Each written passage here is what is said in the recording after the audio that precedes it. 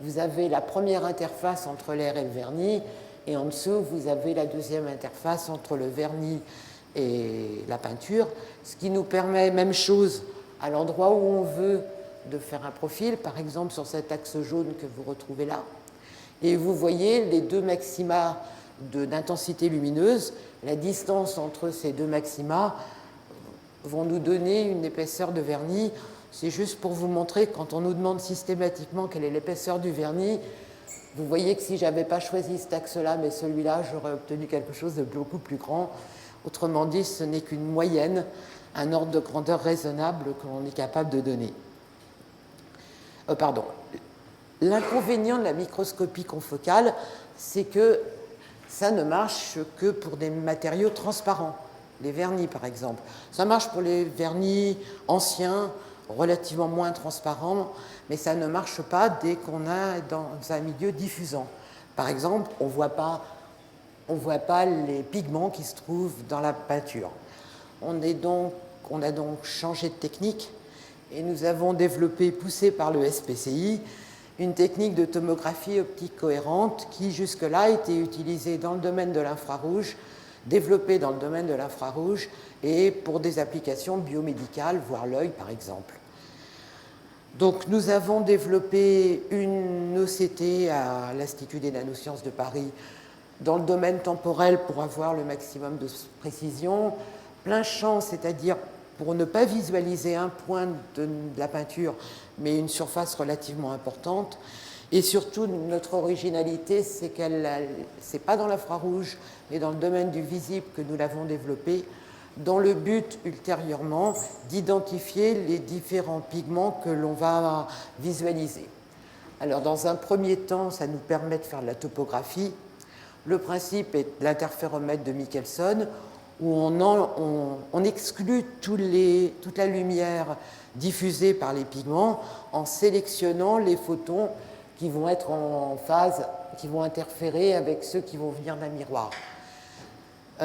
Et bien évidemment, c'est trop compliqué pour en faire un appareil portable, donc on l'a modifié.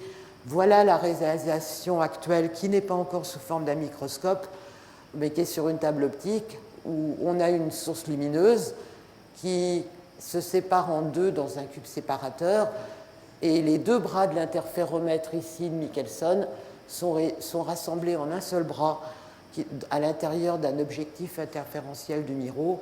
Autrement dit, ça réduit la taille. C'est un appareil qui est moins sensible aux vibrations, et pour le moment, l'échantillon, on le met verticalement et juste devant l'appareil. On espère que dans le courant de l'année, cet appareil deviendra portable. Qu'est-ce qu'on peut faire avec ça? Alors, le principe, c'est comme le microscope confocal, grâce à un piézoélectrique, de descendre, non pas l'objectif, mais de descendre le miroir de référence, et à chaque fois d'enregistrer l'image dans différentes profondeurs de l'échantillon. Alors, l'image, c'est quoi? Par exemple, c'est ça, c'est une figure d'interférence. C'est un peu comme les plaques d'huile sur une rivière. Et c'est à partir de cette pile d'images qu'on va utiliser le traitement du signal pour en visualiser les interfaces qui créent ces figures d'interférence et qui sont en fait les intersections entre le liant et le pigment, par exemple, ou le vernis et la peinture. À l'heure actuelle, de façon horizontale, latérale, on a une résolution d'1 micron qui est le même ordre de grandeur que quand on utilise l'infrarouge. Ça nous a beaucoup étonné, on pensait faire nettement moins bien. La même peinture vernie de tout à l'heure avec les traits du pinceau de mon étudiant, voilà l'image que l'on obtient. C'est exactement la même chose qu'en microscopie confocale. On peut faire joujou en faisant du 2D, du 3D, en fausse couleur, en animant. Pour l'instant, on ne fait pas mieux. Par contre, cette fois-ci, quand on prend une couche picturale et une seule, là, c'est un bleu outre-mer étalé sur une lame de verre, voilà ce qu'on obtient en fausse couleur, je répète, où on voit tous les pigments. La résolution est d'1 micron également en profondeur. Ça, on ne pouvait pas l'obtenir autrement. On ne pouvait pas l'obtenir avec un microscope confocal. Le seul moyen de l'obtenir jusque-là, c'était de faire un prélèvement et d'envoyer des électrons dans un microscope électronique à balayage. Ici, il n'y a pas de prélèvement, donc pas de modification de la matière, il n'y a pas de contact. Bon, je dirais, si Jacques me le permet, c'est peut-être de la physique douce qu'on est en train de montrer. Je ne sais pas si ça a été inventé, mais ce n'est pas un synchrotron. On n'en est pas à l'heure actuelle au niveau européen à l'industrialiser. Ça, c'est un tout petit peu plus fort. C'est 2 couches picturales, un vert viridien sur un jaune de chrome. Et vous voyez, toujours en fausse couleur, une sorte d'interface, mais qu'on ne peut pas marquer parce que le médium est le même. Donc il n'y a pas de différence d'indice de réfraction entre la première et la deuxième couche. Par contre, on peut visualiser des pigments différents, des concentrations pigmentaires volumiques différentes et qu'on peut quantifier. Et ça, c'est une grandeur dont le restaurateur a besoin. Autrement dit, on va pouvoir lui donner en vrai. Alors, la première œuvre d'art qui est venue devant notre OCT, pour changer des tableaux et des tableaux anciens, c'est un tableau du musée de la musique de la Villette du XVIIIe siècle qu'on a étudié sous toutes ses faces, qui bien évidemment est verni. Et donc on a fait un certain nombre de coupes que je vais vous montrer. La première coupe, c'est une stratigraphie, je répète, sans prélèvement et sans contact. Donc on fait une coupe perpendiculairement aux couches de vernis. Vous voyez ici, toujours en fausse couleur, la partie supérieure du vernis. En dessous, vous voyez le bois et vous voyez que le vernis rentre, bien évidemment, partiellement à l'intérieur du bois. On peut faire maintenant des coupes latérales. Alors ça, c'est une coupe à l'intérieur du vernis. Et par opposition au vernis des œuvres de Chevalet, les vernis des instruments de musique sont chargés. Ici, les charges, c'est de l'alun et du plâtre, et ce qui, en général, donne la couleur définitive du vernis. Le but final sera d'identifier les charges par la même méthode. Si on fait la même coupe, mais cette fois-ci dans le violon, nettement plus bas, vous voyez les structures du bois.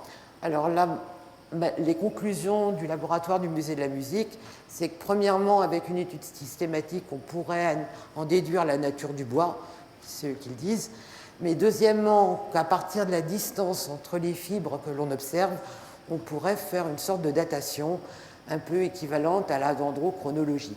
Ça nécessiterait une longue étude et un nombre d'échantillons abondant. Ça, c'était pour l'imagerie.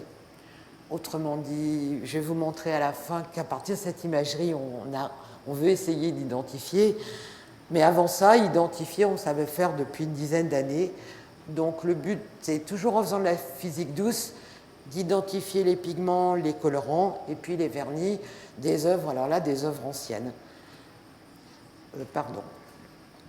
Pour les pigments et les colorants, le problème est facile relativement pour identifier les composants de la couche superficielle.